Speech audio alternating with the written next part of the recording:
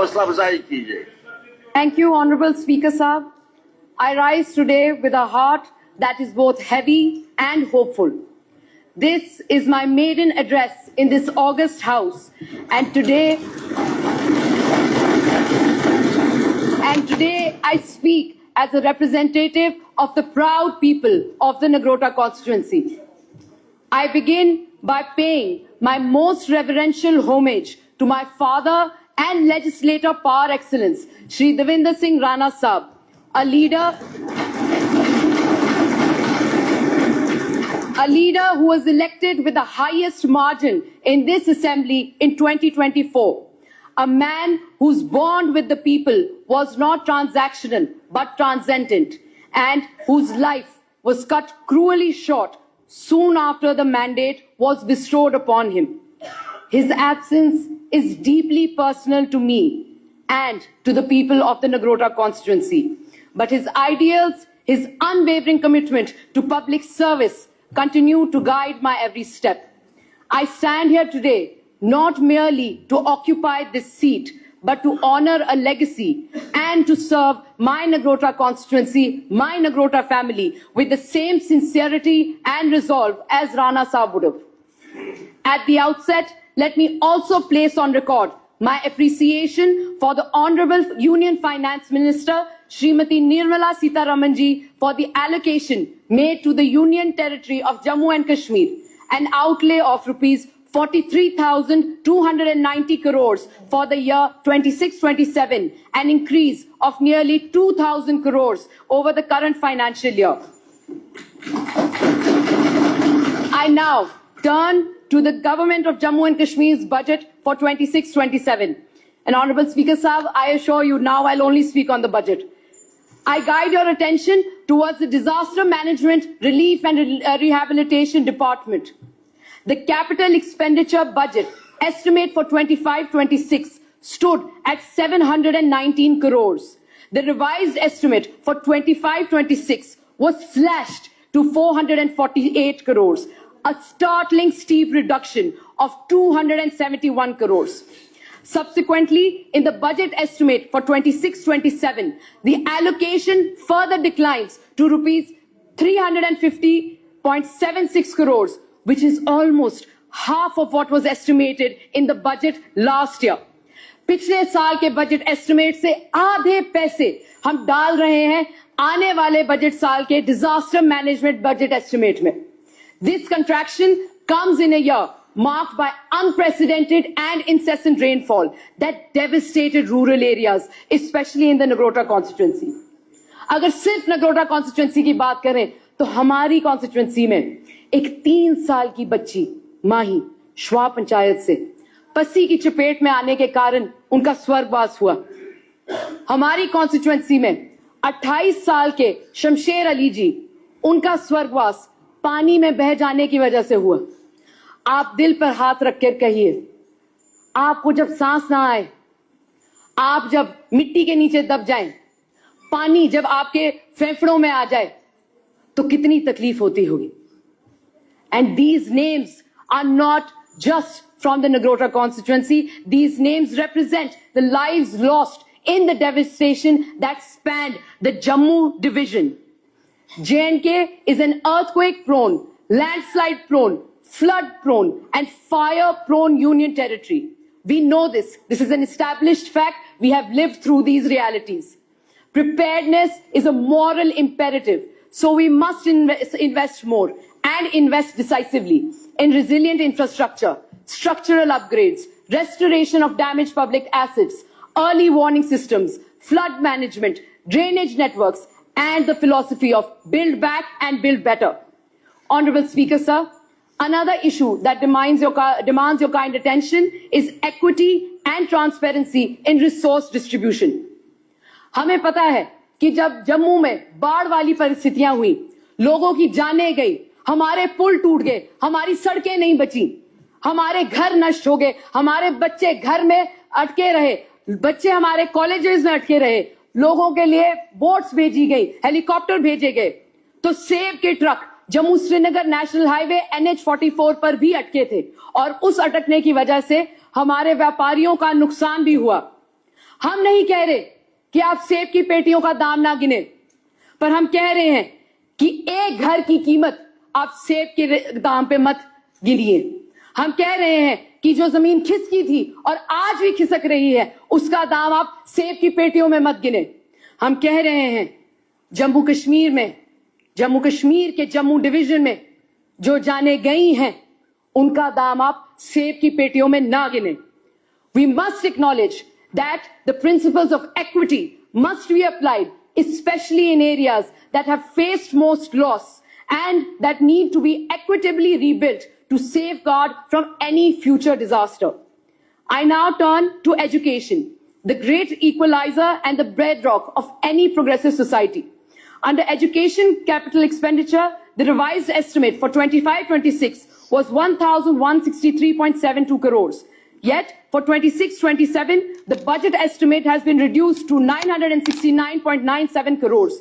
This is an admission, by numbers alone, that we intend to spend 193.75 crores less on education than we are set to in this fiscal year. आप बताइए, अगर तकरीबन 193 करोड़ कम लगाया जाएगा शिक्षा पर, school बंद किए जाएंगे या दूर कहीं कंबाइन किए जाएंगे, तो गरीब घर का बच्चा उसका उत्थान कैसे होगा? Under education revenue expenditure, the revised estimate for 25-26 was 12,094.3 crores, while the budget estimate for 26-27 is 12,018.75 crores, reflecting a reduction of 75 crores.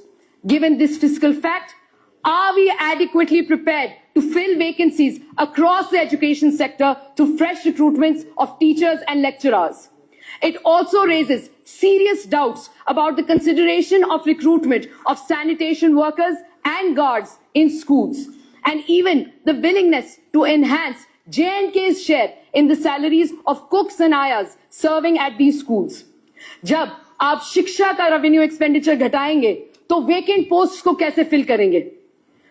Here, Honorable Speaker Sahab, I would like to thank the teachers who serve in these schools, who often, out of their own pocket, out of their meager salaries, pay to have these bathrooms cleaned, pay sanitation workers, pay for the maintenance of these schools. They try to do their best. They paint these walls, but the government needs to step in and provide them more support. Honorable Speaker, sir, the situation in the power department is deeply concerning. Under the power development capital expenditure, 2,021.37 crores were allocated in the budget estimates 25-26. They were subsequently revised upward to 2,500 crores. Yet, the budget estimate for 26-27 drops sharply to 1,717.71 crores, a reduction of a staggering 782.3 crores for the upcoming fiscal year.